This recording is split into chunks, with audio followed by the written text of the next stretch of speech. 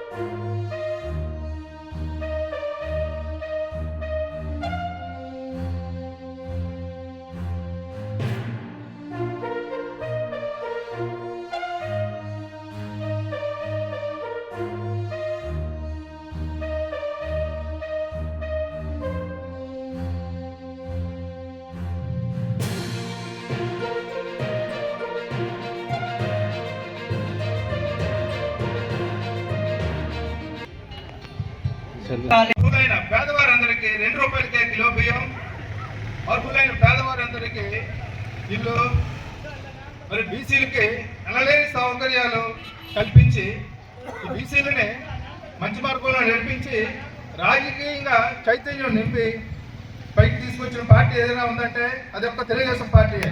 అప్పటి వరకు ఈ కాంగ్రెస్ పార్టీ ఎప్పుడు సీల్డ్ కవర్లో ఎవరిస్తే వాళ్ళే ఇక్కడ ముఖ్యమంత్రి అయ్యేవారు. కానీ ఆ వరవడిగా మన తెలుగుదేశం పార్టీ వచ్చిన తర్వాతే మారి ఎవరికైతే జనబలం ఉందో వాళ్ళే ముఖ్యమంత్రి అవ్వాలి, జనాల సమస్యలు తెలిసిన నాయకుడు అని ఈ తెలుగుదేశం పార్టీ కృషి చేసింది మన ఎన్టీ రామారావు గారు.